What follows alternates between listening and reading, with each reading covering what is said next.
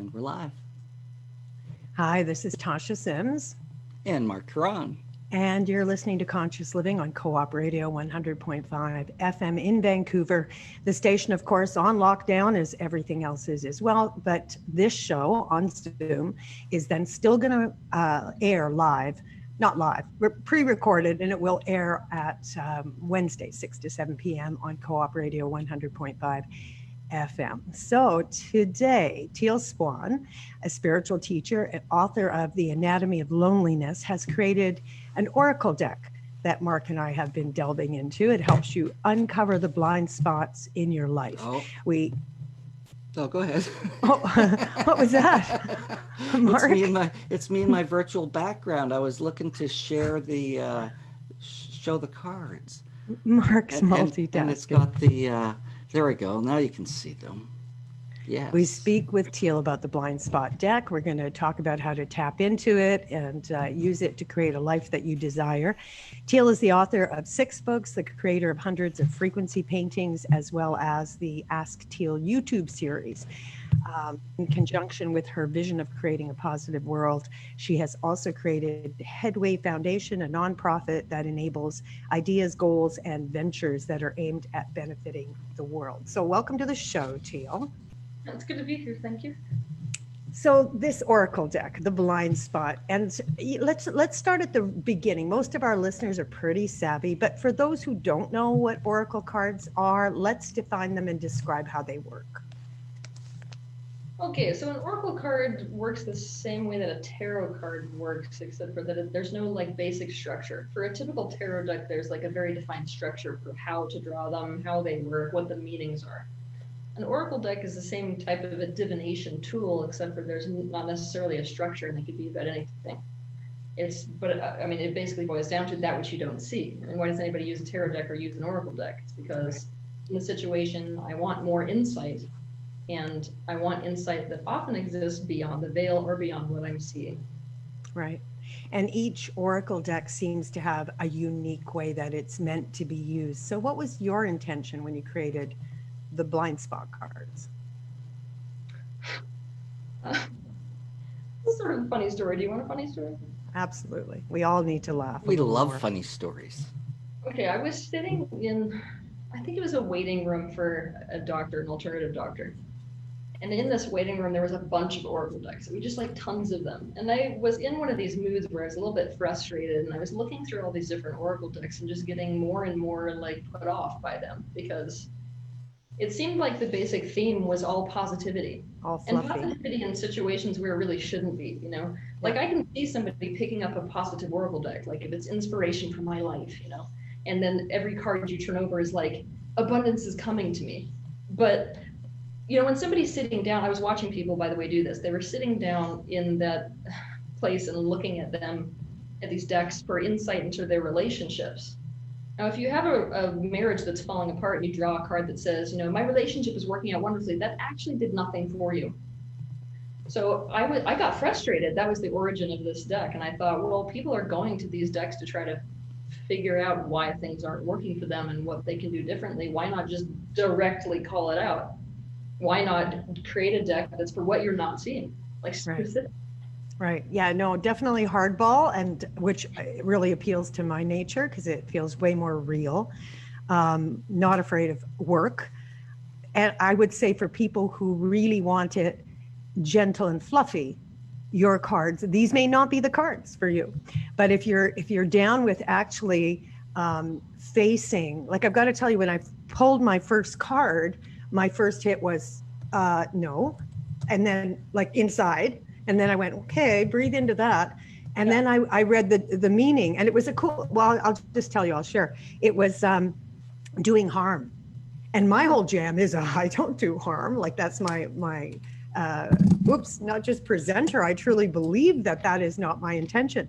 But when I read what it said about having empathy with the person who you believe did harm to you, I realized really quickly that I certainly didn't have empathy. It was completely one-sided. And I loved the card's guidance saying, well, hold on, if you can see it from their perspective, it was very powerful for me because I went, that is so cool. It didn't take long to move through, but I went, this is kind of the key in that example to forgiveness. If you can't get that piece, you're not going to be able to forgive anybody because you're still the victim of whatever it is they did. Yeah. So I don't know if it gives you listeners a kind of taste of the portal that these cards can be if you're willing to go into the dark, do some shadow work. And so just shifting it back to your process of creation. So that was your inspiration. How did you actually create these cards, especially since there's so many, blind spots? Is there a pattern for human beings from your perspective, or was it more personal? What's your process? Well, there's definitely, if you look at humans in general, there are some definite blind spots, most of them involving a perception of shame. I can't look at this thing because it would make me bad, right? Right. And so, I wish I could say I have more of a concrete process than I actually do. It's just that it's very easy for me to see the areas that people don't want to look at, or the areas that people might miss in a certain circumstance because of worldview or the way that they've been conditioned or their attachment to an identity. Do you feel that you're a part of that, or that it's somehow separate from you? Well, a part of which? A part of you too, yeah? You mean like the shadows themselves? Well, I was again thinking about the process of creation, and I know personally when something's coming through me and I'm creating, it only resonates if I already understand it or have worked through it, or there's an element, or it wouldn't be coming through me almost. Do you know what I'm asking you in terms of, is there a distinction for you? When you're creating them, are you thinking about those people, or are you thinking about us, meaning we as a collective? Are you tapping into the collective and you're the vehicle, or that's where I'm trying to get. I don't know how to answer that question. It's pretty interesting. I don't know how to answer that question. It's sort of like asking me, asking that question is almost like when I'm walking you into a room and you see the walls as green. And so what you write down on a card is the wall is green. And I ask you that question. That's why I'm having a hard time answering. So let me try it a different way.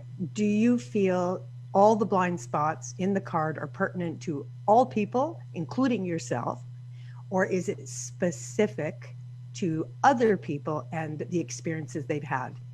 No, I could definitely have any one of these shadows in a given moment. Yes. Right. Okay. So I have a question for you, if I may, Teal. Yeah. How did this gift, make its appearance to you? Like, is it something you were always connected growing up, or did it just kind of show up at a specific time for you? And then how did that evolve? I was born this way. So the best way to think about it is to imagine that you have a being who comes in and their filter is blown. Like most people, when they come into the physical dimension, their brain and their mostly central nervous system is set up to only plug into this matrix. Let's consider the third dimension a matrix. I'm not saying that it's not real. What I'm saying is it's a different construct. So just like if you were to become an avatar in a video game and you're in that reality, most people have a perception which is limited and specifically intentionally to that matrix or construct. And I was not that way. I was born different than that. So in fact, it took me a very long time to figure out that other people weren't plugged into all kinds of things at the same time. And it definitely makes this physical dimension a lot harder to navigate, but it makes it so that the patterns that are not obvious to others are visible, literally visible, and not in the mind's eye to me. I think the closest that people can get to understanding what it's like to live as me is to just go overdose on ayahuasca. It's not like a thing that's happening in the mind's eye or empathetically. It is literally the way I'm perceiving reality. So when somebody has a blind spot, for example, or feels an emotion, I'm actually watching it in the auric field visually. Great. Well, thank you for that. Yeah, I'm still holding the same question. It's funny. We'll come back to it. What? Maybe we need to drive deeper. You can come back to it. Yeah, I'm going to come back to it. I could just feel the pin still in there and going, huh? Like even there, it's like I keep I think possibly because, well, no, I don't need to do that. But I guess the we is so important to me. Okay. And so I keep trying to understand your relationship with we. Do you know what I mean? In a creative, especially in a creative process, but let's move on. Let's move to your art, because that's also creative. And I thought it was fantastic. The Oracle cards come with tattoos. So that to me is a first, never seen that before. Totally appeals. My question is, you can tell me too how these, you call them sigils. Am I pronouncing it right? Sigil, yeah. Sigil. Which is now the old school, or the definition I know is it's a symbol that has some magical essence to it. I don't know if that's how you also define it, but these tattoos are sigils that specifically address blind spots. Can you share a bit about the correlation between wearing it and therefore working with that blind spot? Yeah. Okay, so I'm going to define sigils in a different way that most people are Okay. used to, and that kind of helps you understand how they work. I want you to think about a symbol as something that represents another idea. So a symbol of like an X usually means no, some form of no. So the X is representing a concept. Sigils are quite different in that the look of whatever drawing that you're using is serving in and of itself as a body for a specific consciousnness. So sigils are really the reason that you've got so much trouble with people breaking into Tutankhamun's tomb. Let's pretend that an image, what most people will call a symbol, is acting as an embodiment for a whole consciousness, and that consciousness is specifically there to protect something. Then it's like, I think the closest that I could get to helping a person understand it is, what if you could tie a ghost to a symbol, and therefore the symbol itself would serve as a body to that ghost, and therefore any interaction you have with that symbol means that you're interacting with that ghost. And when you say ghost, would frequency be another word you could put in there or not? Is it different for you? Is it really entity as opposed to frequency? It's an entity. It's an entity. Sigils are carriers for entities usually. Okay. How I differentiate about that is that it's a singular consciousness. Right. So it will identify whatever is attached to a sigil will identify as an I. Right. Usually. And so how does wearing it, or can wearing it, serve as a portal to a solution around whatever that blind spot is? Yes, hugely. So let's say that you take one of these tattoos that I've included, and I was very careful to include the ones I wanted. Not all of these in the deck are ones you want to have tied to your body. They're all designed to make you aware, right? But some make you aware by dragging you into the problem, and some make you aware by dragging you away from the problem, right? So imagine that each one is a teacher, like any individual I consciousness could serve as a teacher. So yeah. Actually, I have a good way of explaining this. Let's imagine that I could create a symbol and connect or tie in or embody the essence of Eckhart Tolle with that particular symbol. So that now becomes the sigil, because the symbol is acting as an embodiment for him, actually. Imagine that we're working with his 6-dimensional consciousness. So suddenly you put that on your body, and what's actually on your body now is the embodiment that's being used. I'm wearing Eckhart. Yeah, you're wearing Eckhart. So if he's with you all day long, then it changes actually your personal frequency and therefore your point of attraction. Now all of a sudden the awareness around whatever that sigil is designed to make you aware of is coming into your reality. So it creates this kind of a learning hologram around you, as if you're not in one already. It enhances it, so that what you're starting to become a match to is more awarenesses relative to that one item, which I would call a blind spot.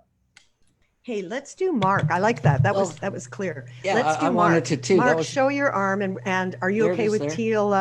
Yeah, absolutely. Being specific? I'll always own myself, because I'm not reactionary at all. Yeah, right. Right.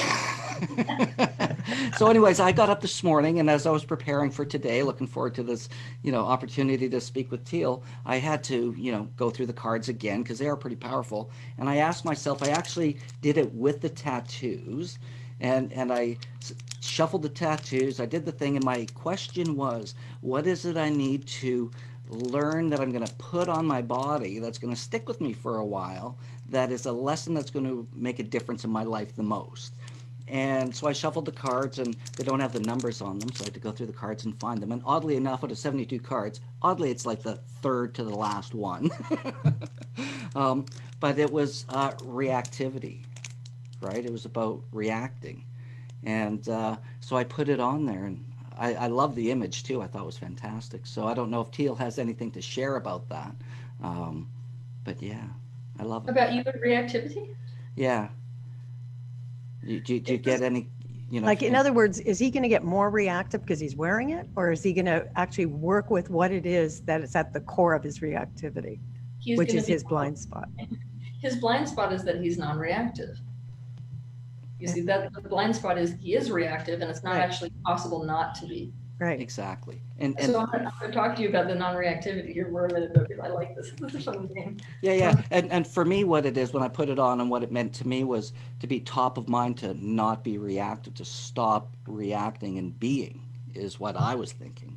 But Teal's But You're shaking going her to head. let you're the always opposite. reactive. You're always, there's always a choice. You're always reacting. And it's true, because when I looked at it, there's like I read it like you when you were sharing, Tasha, when you read it and go, no, no. And I was like, no, yes, yes. So, anyways, go ahead, Teal. I want to get schooled by you. Okay. So you should take the idea or the intention to not be reactive and throw it out the window, Hmm. because it's not actually possible for a physical being of any kind to not be reactive. This is what I mean by that. If I come and I swing at your face and you flinch, that's a reaction. You don't really mind that reaction, Hmm. right? Because nobody has told you there's anything shameful about that reaction. The reason that you're unwilling to admit to reactivity is probably because you've been part of the spiritual field for so long and probably have personal pain around other people being reactive, and therefore you've made it not okay, right?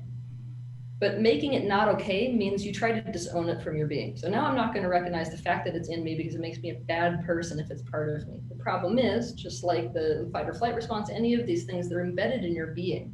So you can't make an enemy of reactivity without making an enemy of human. You see? So what has to happen is the understanding we will always have a reaction. I mean, everyone. And think of the highest spiritual teacher that you can possibly think of in the world that has ever lived. That person had a reaction. What happens though is that they use the reaction as a meditation bell. You know how when sometimes in like Buddhist circles, a bell will go off and it means it's meditation time. And that's everybody's cue to go into what they call big mind, right? Instead of individual mind. We can use the reactivity, which comes to us in sensations when we notice we're having that reaction, right? What we can do is use it to pivot. So when I'm having the reaction, I want you to imagine that there are flames and fires going off inside you. And at that moment, it's not about shutting it off, or it's not about denying the fact that you have them or going away from them, which is what most spiritual teachers will tell you to do. They'll be like, do any practice that makes you ignore the sensation. No, like I want the exact opposite. We use it to pivot towards the flames and the fires that are happening internally, to deliberately caretake them and learn from them. Because any reaction is actually a carrier of a very powerful personal truth. Like if you're reactive about watching some dog get hit on the road, for example, a very powerful truth that it's sharing is, whatever it is for you, it's compassion is important to me. Caretaking animals is important to me. Maybe the powerful truth is I was really hurt because nobody really cared. I felt like I got run over all the time in childhood. All of those things are elements of ourself that are desperately calling for us to caretake it, for us to meet different needs that may not have been met. So to look at reactivity as if it's a negative is not a very good idea. So if you are drawing that, then it's carrying you into the awareness that you need to caretake yourself, right? And that particular sigil that you have on you, that's the teacher of impact, I would call it. So you know the concept where you drop a stone in the water and it creates all these ripples. So if I'm dropping a stone in the water of compassion, then compassion is what goes out to the rest of the world. If what I'm dropping in that water is self-defense, then what actually happens in that ripple effect is that other people begin to solidify their sense of self and defend it. So it's basically a calling to do with yourself what you would have others do with them. I love that she claps her hands. It's so cute. What do you want to say, Marc? Marc, are you Oh, speechless? Yeah, yeah. put your mic You on. left me speechless. I did turn it off just because. Yeah, that was. I totally identify and relate with exactly what you're saying. For me, that nail hit the nail right on the head, and I'm going to go back and re-listen to that as well. And I'm going to sit with that because it lands quite well with me in terms of certain areas where I'm at in life right now. So, yeah, it was like spot on. You know what? As a side note, so I don't know if you know, but I just barely released an e-course on how to thrive in a crisis. I was gonna bring that up as well. Tasha was probably gonna bring that up too. I But have yeah, an go ahead. entire portion that's about reactivity versus response. Hmm. And because that was the one you drew, that may be one chapter that would be pertinent to your life in general. I will go take a look. Thank you. So, Teal, do you think people's reaction to us can often be an indicator of a blind spot in ourselves? Yes. How would that work? Well, like for example, let's say that you got somebody who's really bad at external considering, meaning they have a hard time. This is, of course, because of childhood trauma. They have a hard time taking other people as a part of themselves. They'll constantly notice that everybody in their reality is responding to them in a way that's sort of like, screw you, you know, why are you doing this to me? Everyone's reacting as if they're a victim, right? Now, there's several things this could mean. I'm bringing this up for one example. That could mean, wait a minute, if I'm getting this reflection from this person and this person and this person, maybe the blind spot is I'm not really considering people when I'm making decisions. Mm-hmm.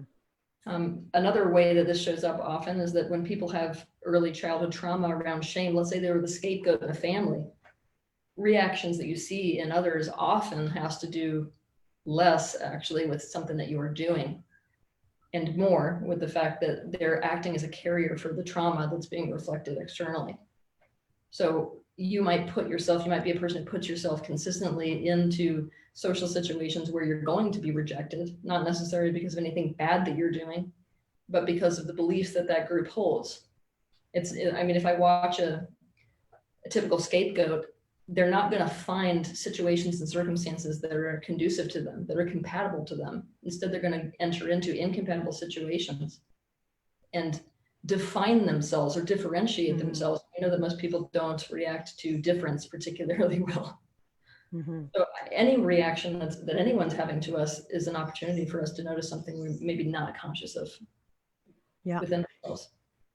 What do you think? What's your intention or desire for people who are using these cards? I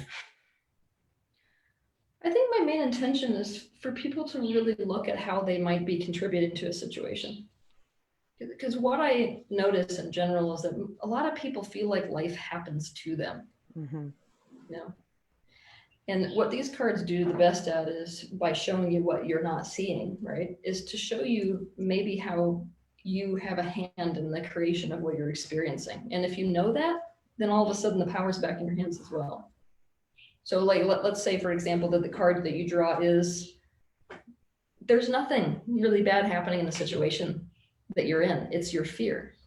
So now I'm like, all right, so I'm entering into all the situations that I'm in the attitude of it's not going to work out for me, or an attitude of I'm afraid of what's going to happen. And that means that I've got an issue with distrust. So now that I know that, I have something to work on. I can work on my distrust. Where does it come from? Why is it in this circumstance? Is there any way to change that situation? You got to be looking directly at something to strategize how to bring empowerment back into the situation. Mm-hmm. That's my intention. Mm-hmm. Is there anything else you want to say about the cards before we move into other areas? There's a whole pile of things I'd love to talk about, but in terms of these cards, which again, certainly I love Oracle cards. I don't ever buy the super fluffy ones. So I've always found them kind of interesting, but never quite so provocative. And that angle is, it's really appealing for anybody who wants radical honesty with themselves, with the world. If that's your jam, if that's your frequency, these are the cards for you. That's all I can say. So even if you've tried tons of Oracle cards and you go, yeah, whatever, these are and they're practical. So I did another one with someone where it was like, all right, what do I need to know about this situation? And it was, I pulled the gift, which I knew. I mean, I do know in every situation there's a gift, but the beginning of looking at that and then inviting the other person to also pull a card, and how the two matched in terms of a business proposal was fascinating. So I think they can be used in lots of different ways, for self-growth, for illuminating a dynamic. That's what happened in that moment. Anyway, I just wonder if there's anything else you want to throw in there to let our listeners know where they can get them and about the cards before we move on. The easiest way to get them is to just go to my website, tealswan.com. Yeah. I mean, do you want to do, should we draw a card for what people aren't saying about the world right now? I mean, I want to get to, yes, I'm going to get to COVID. Why don't we do it when we get there? Okay. We could, although we could do that right now, actually, sure. But, and I just wanted to concur with you, Tasha, that the cards are fantastic, and they are just a great window into self. And like you say, I love the way you used them in situations. And energetically powerful. When I hold these cards, like my hands just started, like they were on fire. They just started tingling, and it was like, all the cards were calling to me, not just one. But they were like really energetically strong. So, and the artwork is just beautiful. So thank you for that. Yeah, and I loved, I didn't read the instructions. I'm not a follower. I don't do recipes well, but I too just looked at the images initially and allowed myself to be drawn, and then interpreted it, which you also suggest, interpret what your hit is before you read it. And I found that super fascinating. But I too ended up with, like, I don't know, there were 7 of them, and I'm going, which one? Like, I was so drawn to so many, which could mean I've got all these blind spots. But honestly, some of them are not what we've actually already described. Some of them are very, they might be blind spots, but they're not necessarily shadow. Like the gift, that felt really positive to me, right? Just keep looking, like make sure you're checking it out from every angle, or certainly from the perspective of what is the learning in here, what is the gift. So COVID, we're going to move to this interesting time, this unique time that we're all living in. And before we pull a card, can I ask you a few questions about how you're experiencing the frequency? And I say frequency because that's how, for me, there's an incredible shift that is occurring. And I'm curious what your intuitive take on that is. My intuitive take on the whole crisis itself? And don't, if you're going to go down conspiracy theory road, just know I don't. And I don't know that, I could sit back and let Marc do it with you, but it would not be my first choice. I don't find any us and them thinking helpful. That's then just, we probably shouldn't discuss it. Oh yeah, you've got an us and them too going, do you? Well, I'd love to hear. You and Marc, I'd love to hear your personal thoughts on it, only because I think you and Marc can do a show about good guys and bad guys. I don't participate in good guys and bad guys. No, but if she has a perspective of what you'd like to share with the world, I'd love to hear it. I'm just giving you my perspective and my values, and the values of this show, which is it's to encourage consciousness, but not separation. And when you've got good guys and bad guys, if you stop there, there's no evolution going on. So those are the caveats I'm putting out there before we go down the road. Your choice, Teal. Well, anybody who understands my teachings understands that I don't teach us and them. Okay, well, that's why I was asking. I don't know your teaching, so that's why I'm asking the question, because I don't know what your answer is going to be in this case. Yeah, I definitely don't teach us and them. However, what's happening right now is not light and fluffy. So if we want to make this a show that's all about the feel good. Nope, don't do that. But I just don't want to be a messenger for separation. Truth, yes. Authenticity, yes. So speak your truth, Teal. Tell us what you think is going on. Well, humanity was at a crossroads in 2012. And that crossroads was really about whether they were going to create the new Earth, you see. What all people have been really wanting since the very beginning of time is a utopia. Of course, everyone has their different version of utopia, actually. Like if you imagine everybody being in what we call the perfect new Earth, right? There would be a conflict immediately because mankind has not mastered relationship. There would be a disagreement that happened over what was grown or the way that children were raised or whatever. So in 2012, what was happening is that mankind was being called into the golden consciousness, which is Christ-like consciousness, quite frankly. It was a return of love and a return of free will, because Christ was really about those two things, love and choice. And they're like a married pair. You can't separate them. So you had all these people awakening and awakening and awakening and awakening. And by 2015, that was the tipping point. By 2015, the question within the universe was whether, as a collective consciousness, mankind was going to awaken through suffering, or was going to awaken by choosing based on discomfort to go in the direction of what is wanted. Does that make sense for you so far? Like, we live in contrasting environments, and so there's wanted and unwanted, and a person doesn't have to get into massive amounts of pain in order to go in the direction of what is wanted. However, a lot of people are in resistance. They've been trained into it. The process of socialization creates resistance in a physical human. And humanity in 2015 became a match to awakening the hard way. So what's evolving today is something which in 2015, I had my little crisis about. Because in all of the life paths for Earth, it was showing up that what would awaken the majority of the human race was going to be pain. Like a lot of it. Like we're talking World War III level catastrophe type of a scenario. So the way that I feel about this is mixed, because I know that you know somebody in your life, right, who's developed cancer, they got in a high-speed car accident or something like that. And you can't make an enemy of the experience they went through, because that's how they had their awakening. Mm-hmm.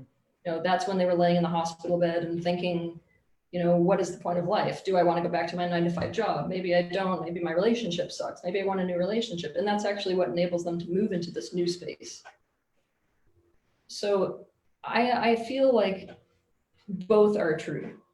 Where I start to really deviate from the majority of the narrative in the spiritual field is that it's all around the positive. And that's true, but it's also true that in order to reach that type of space, a huge majority of mankind is going to be in that hit the tree at 70 miles an hour experience. So right now what you're watching and what's causing a lot of pain in me watching the human race is just the disparity between experiences. I mean, I did this teaching a while back that was called the most dangerous parallel reality, where you can all be experiencing the same thing, except for your experience of it is so different based on the perspective you hold, based on the situation you're in. So it is the stratification that is occurring as a result of what's going on, you know, within humanity. It's almost like we've gone back actually 50 some years in terms of our equality measures in the world today and things like that. And based on the level of impact that the specific event has had on a person, whether it's them losing their job or them losing loved ones or, you know, whatever else is happening to them, people are in varying degrees of suffering, and that's enhancing the suffering. The fact that over here you have this one person who's like in heaven because it feels like a staycation, and this person over here that's like, I am in a food line for the first time in my life, even though I went to college and me and my husband both had a good job. So I'm watching this isolation happen more and more, and it's creating a tension in the collective that is very difficult to hold. So I'm trying to call people into holding both, meaning being able to hold the negative and the positive in any experience, instead of use one to negate the other, is the way that I would say. Well, there was nothing conspiracy theory about that. I liked it. I'm there. I feel you. The conspiracy theory comes in. Yeah. You want to know why I said that? The conspiracy theory comes in because regardless of whether you buy into the idea that this was an intentionally created circumstance or whether it was something that just happened as a mistake, you cannot ignore the fact that mankind in a state of unawakened nature seeks, because it perceives itself to be separate from others, seeks to control others. And so right now what you're watching is one of the greatest power grabs in human history. And that's what the conspiracy theorists have figured out. So what's the change that needs to happen within humanity from your perspective? I mean, this is definitely a drastic time in our lives. What's the change? The The change that needs to take place is that people need to come into a state of empowerment. A lot of this, I mean, we're going to see it with all generations. Every person in their life is in a space where they have to take a deep look at what anybody would if they got in one of those high-speed car wreck experiences. What part of the life that just collapsed for me do I want to carry forward into the future, and what do I want to build completely new? So a lot of the empowerment that needs to be found is why I want to talk about the millennial culture for a minute here, because these are the ones that we have to be primarily focused on and worried about in terms of this transition, actually. Because the millennials are the ones that are about to inherit things. You know, once the boomer generation let go of the government, the ones that are going to take over whatever structure that society takes on, they're going to be the millennials. But you've got a lot of shadows because of the traumas in the millennials. And so what needs to happen basically is to realize that that old system and structure is gone. Like, that's the end of it. You're watching a lot of this narrative within mankind about we're going to get back to normal. There actually is no getting back to normal after this. It's not going to happen. And therefore, what we have to do is really think about what we want to add. So I want you to imagine that the entire structure of how we have lived financially and how we have lived interpersonally and all of that is destroyed overnight. I mean, you didn't like it anyway. That's been the collective resounding opinion throughout the human race, is that it sucked to be on a hamster wheel. So if that's collapsed for you, what do I want to replace that with? And I feel like a lot of people are trying to make it work within the context of the old system. So it's about, what do I want that brand new system to be like? And I was on another radio show where I was making this joke that it's not until you realize the old system is done for that the person who's currently looking for a 9-to-5 job at Radio Shack stops and is the one who creates a free speech platform, or the one who starts to look at, oh, how do we get healthy food to all people instead of letting the industrial food complex make it so that humanity is so unhealthy just in terms of nutrition. So what we're looking at right now, which is the positive of all of this, is a complete redefining or reforming of education, justice system, the food system, health system, everything. So it's almost like, if you think of this like a blank slate, what do we want there? And that's where I think the real empowerment in this is going to be. I know you've talked about how we choose this life, like the exact conditions necessary for personal expansion. So let's apply that to what's happening right now. If that is, I think you said, source trying to see itself, Yes. What do you think is happening now? What's being reflected in this current day? Oh, source trying to see itself. Oh, it's about separation. So in the very beginning, let's go back. I mean, we have to go so far back. We're not even talking about Earth. We're not even, yeah, okay. In the beginning, when you have united consciousness, it thought the thought I. The question arose, what am I? Now, the second that thought was created, you can't create that thought without the presence of other, except for in a unified field, there is no other. There's just the concept of it. So we could think of the origin of the thought I as the first moment that source itself felt loneliness for the first time. But it wasn't because it's lonely or alone. It's because it thought a thought that fragmented itself. So fragmentation is the origin of everything you're seeing right now. Source is at a point where it realized that it has fragmented. I mean, if I'm a separate thing than you, and that's how I perceive myself, that's fragmentation within the source consciousness.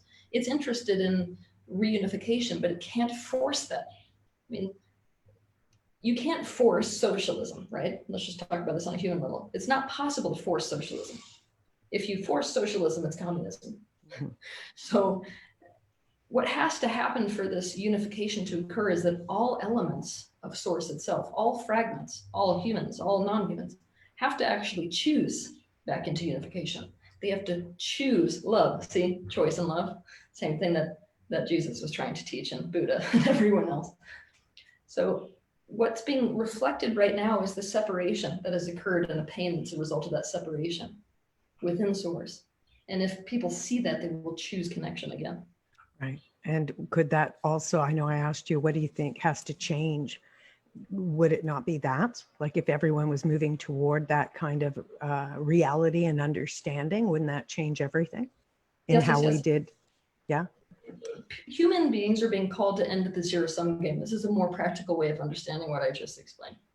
Human beings have to understand It's time to end the zero-sum game. That's I win and you lose. It's not a possible concept within the greater universe. So you have to get to a space where you're taking all things as a part of yourself. Now, the second that I take something as a part of myself, I can't injure it without injuring myself. And this is where the birth of the third option begins to originate, which is what our solution is that is a yes for us both, not a compromise. Right. Compromise is I'm going to take pain and you take pain. It's just a recipe for a disaster, but it's I'm going to work and you're going to work because you're taking me as part of you to find something that's a yes for us both. And this is what creates safety within the context of relationship. It is the intentional choice towards unification instead of separation. No, I want to get into relationship. Before we move away from COVID, let's pull a card. And I'd like to know what our collective blind spot is about COVID. Hey, let's do this. So I'm going to actually do it on the deck itself this time. This will be fun. Okay, so I'm going to demonstrate how people are going to do this, right? So I'm about to shuffle the cards. When I'm doing this with the intention of pulling in the collective of humanity. So what is the blind spot that the humanity has about the COVID crisis? Right. So then just like any type of a typical deck, you're going to just shuffle it intuitively as many times as you want to in as many ways. There's not like one way to do this until you get this feeling of completion. I'm saying this for those of you that have never used a deck before. All right, there we go. So feeling of completion. Then you're spreading them out, and whichever one you feel particularly drawn to will reveal itself. So what we have drawn is number 44, right? So it looks like that on the deck. Once you see that number 44, you can look in this booklet that I've included and you can turn quite literally to number 44. So expectations is the one that we drew. So I'm going to read this to you. And when I'm reading this to you, think about the COVID situation. If you've drawn the sigil, expectations are creating intense resistance in the situation you're in. You're most likely not being honest about your actual expectations. As a result, you're apt to be disappointed and you're apt to be on a completely different page than other people are. We all have expectations. These expectations may be conscious or they may be subconscious. Most expectations are subconscious, in fact. This means you may know what some of your expectations are and you may not know that you have certain expectations, even though you do. To expect something is to believe with confidence that something will absolutely happen. Now, I need to stop here before I read forward because we can already see how expectations are being set up by the media. Now, we're in like this programming cycle right now, where what the media first does is to give you a date, but then they keep changing it. You know, oh, it's going to be now. Oh, no, it's not going to be now. It's going to be now. No, it's not going to be now. And so a lot of that can create intense amounts of pain. Okay, so expectation often implies the attitude that something should happen or should be a certain way. We can all see that because in this situation that we're dealing with, we all have different opinions about how it should be. People should be wearing masks, but they're not. People shouldn't be wearing masks, but they are, right? And then to assume is to take something for granted or to suppose something is true, even without having any proof. Looking at that definition, you can see how often you do this. Our expectations are set up by previous experiences. For example, they're set up by things like culture, society, watching the relationships around us, the media, when we're little, and by our interactions with people before. We have a way of assuming that everyone else's sense of reality is the same as ours. See, that's exactly what I was talking about before, that in this situation, we're all caught in these parallel perceptual realities. I mean, if you're a person who thinks what we're dealing with is just an organic virus, then you may think that the government doesn't know what they're doing and may be messing up, but there's a general assumption of benevolence in the government. However, if you're caught in a reality where the government's doing this intentionally to screw everyone over and create a dictatorship, your expectations of what's happening in your perception are going to be completely different, which is part of why you see no one agreeing right now and these huge arguments and conflicts happening. So we have a way of assuming that everyone else's sense of reality is the same as ours and getting really confused when there's a conflict between our expectations in the situation because of it. Just ask a couple from different cultural backgrounds, right? A relationship with someone from another culture will show you really quick just how different people's expectations in a relationship can be. So another thing that is coming up here is that we often don't communicate our expectations in whatever situation we're in. We just expect it, and you'll see how fast this turns a relationship upside down. Also, we don't often communicate our expectations because they reflect our needs, and we've been taught it isn't okay to have needs. When we can't directly voice our needs, we often manipulate to get it. So the expectation actually opens the door for manipulation. We do things and say things specifically to get the desired reaction out of someone. So one of the best things about being upset in a situation that is the perfect opportunity to find out what your subconscious expectations and assumptions are. If you've drawn the sigil, you're being asked to become aware of what your expectations are in the situation that you're going through, so relative to the COVID situation. Then you must decide consciously if you want to maintain those expectations or let them go. If you want to maintain them, those expectations have to be communicated to the people involved in the situation so that they have the chance to either agree with them or not agree. Only then can you decide what's the best interest of both you and them. Is that a good demonstration? It worked for me. Yeah, I think it was pretty much bang on the money. I How mean, about you, Tasha? well, it's the perceptual piece, obviously, that the lens we're looking through completely impacts both how we feel and how we respond and how we act and the choices we make. And I guess that's part of, for me, a choice, because I feel all parts of me, they're all welcome. And certainly they don't all agree. So while one part might get into one thing, another has another, I'm going to choose a lens that actually has me in alignment with what feels to me a frequency of love. That's just my choice. And whatever work I have to do to make that happen, you know, COVID or no COVID, it has just amped it up. As everything does, everything feels like an opportunity to do what I'm talking about. So yeah, I think, what do you think from the card, Teal, is the piece that you want our listeners to kind of sit with that might be helpful, because that's really my jam, helpful to them, being, what word do we want to say, feeling their own wholeness, their autonomy, even in a situation where we have very little control, sometimes it feels like. Yeah, I mean, it can be as simple as something like this. If you're one of those people who doesn't feel a personal calling to protest or things like that, and you're one of those people who wants to stay home or is deciding to adhere to what's being said and staying home, you can do things as simple as, you know, I want to design my day my way, because the sense of purpose is actually going to happen on the heels of enjoyment and interest. So a lot of people are just distracting themselves right now, right? It's about Netflix. And I'm not saying there's anything wrong about watching a movie or something like that, but there's a much more empowering step when you're really thinking about what things can I add to my day, even if I'm inside the house, or even if I'm only able to go outside for, you know, in a limited amount of ways, that would actually make me feel empowered in the life that I'm sitting in, that make me feel like I have an active hand in my experience here, so that life doesn't feel like it's happening to me. So I'm talking a lot right now about people getting into the position of cause instead of the position of effect. How can I be at the cause of my life instead of at the effect of everything in my life? Because right now, most of us feel like this whole thing is happening to us. You know? And even if we are in a situation where we've created a circumstance where things are happening to us, we can still flip and get into the position of causation.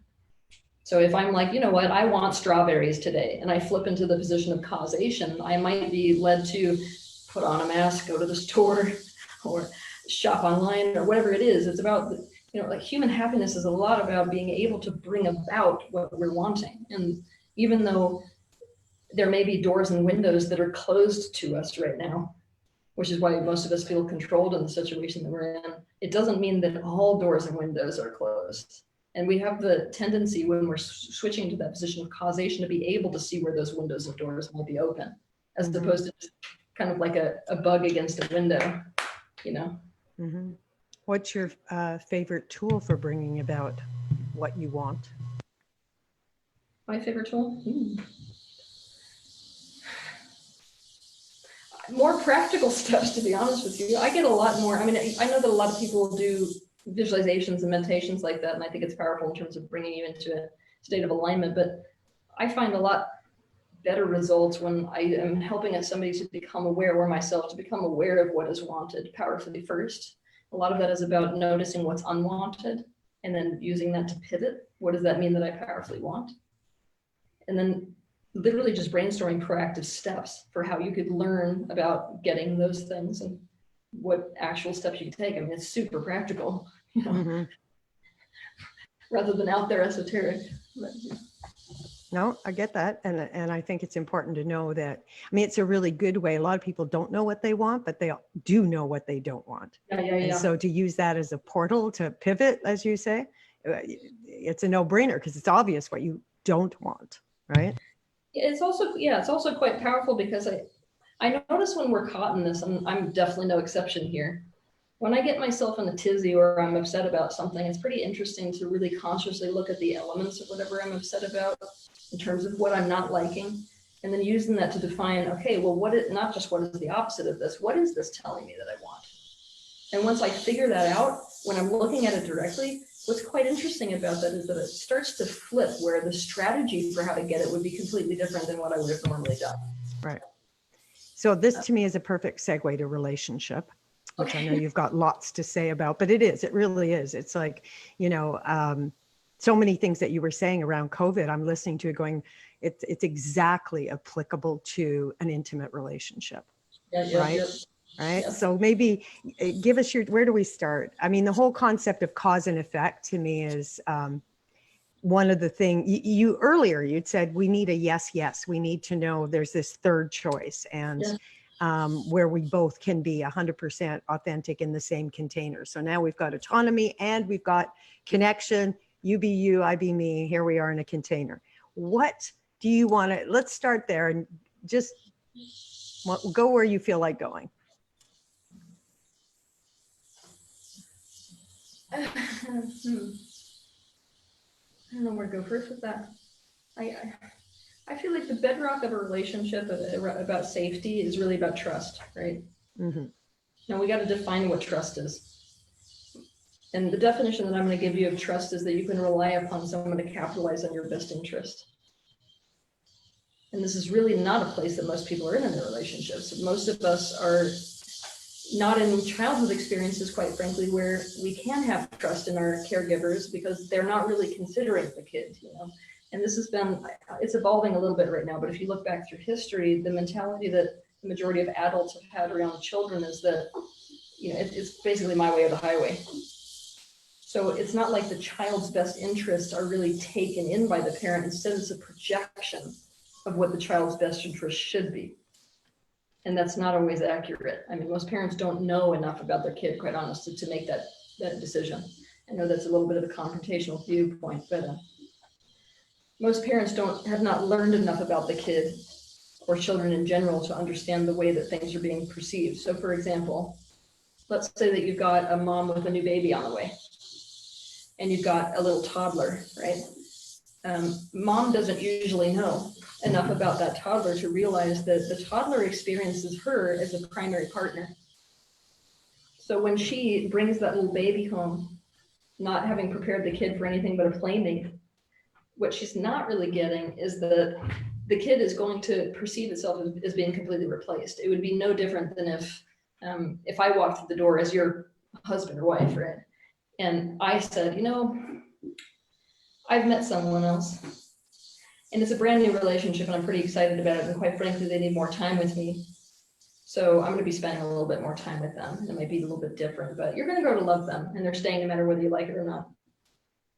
How would most people react? I mean, most people would be like, you'd be lucky to escape without having a frying pan over your head with that one. And so you see, toddlers reacting in this extreme way. And we tell ourselves it's just because they're kids, but actually they're having the same emotional experiences an adult would have if their spouse decided to bring another partner home. That's the end of it. Like threat of abandonment, really, right? Yeah. Yeah. And so, but from a parent's perspective, that's not what's happening. From a parent's perspective, like, this will be good. You're going to be able to, this is going to be a playmate, but it's not a playmate for 2 or 3 years, right? So it's not, what I'm trying to get at is it's not in the best interest, actually, of the child. To have a new baby is not in the best interest of a child who's already there. And that's something that most parents don't get. So if you're going to have to work it into being in the best interest of the kid, you're going to have to consider those feelings in the child and bring them in as a part of yourself instead of just look at the kid and be like, deal with it. Why are you being such a brat? So what I'm bringing this up for is that most parents don't create a workability within the relationship with their child's needs or with the child's perceptions. And so this creates mentality in a child of, you know what, I have to fend for my own best interests. If I have wants and needs, I got to get them, and it's up to me to get them. So you start seeing behaviors like stealing and whatever, manipulative strategies for getting needs met. And this pervades up into adulthood, where if I look at the typical adult relationship, it's I'm out for myself and I'm out for myself. And I've got all kinds of strategies to make it not look like that. Mm-hmm. So it actually takes a long time for people to, it doesn't have to take a long time, but it usually takes a long time for people to move into a space of, I am actually doing this for you because that benefits me in some way. Mm-hmm. Instead of, you got the classic self-sacrificer who's doing everything for others, but everything they do is actually for them. Mm-hmm. Mm-hmm. So your number one guidance for people in terms of a quality to develop to be able to be in a healthy relationship is to develop trust. You have to make it Trust. the hallmark. And it's ironic because it's like you got to make it the hallmark of your relationship, and everybody says that, but what does it mean? It means that for me to have a safe relationship, I have to make the relationship safe. The way that I do that is by saying, like, let's say you and me are in a relationship. Doesn't matter, by the way, whether this is a friend, doesn't matter whether it's a partner, doesn't matter whether it's boss, whatever. I have to say, that's a part of me. You're a part of me. So your best interests are part of my best interests. Right. It doesn't mean that if you want something one way, that I'm going to just abandon myself. That's not the strategy we're looking for. It's that I can't make a decision that makes you miserable. So you and I have to work on, this is the first thing, we have to work on finding that yes for us both. And then if you do this enough times, that's where trust starts to be built. You start to learn that I'm a person who will caretake your best interests and vice versa. And that's where security happens in the relationship.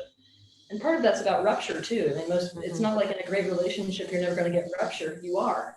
In a safe relationship, though, rupture is repaired because I care whether you're in pain. Right, right. So we've got to start moving towards our close. And I heard of one thing you do, and I was curious if you do it for Vancouver, for Canada. I heard that sometimes at workshops you offer an energetic evaluation of the country before the event takes place when you're teaching. Can you do that for, I don't know if you want to do Vancouver, because to me it's so different than the other coast, but do you want to do Vancouver? Can you feel Vancouver? Yeah, I can feel into it right now. Okay.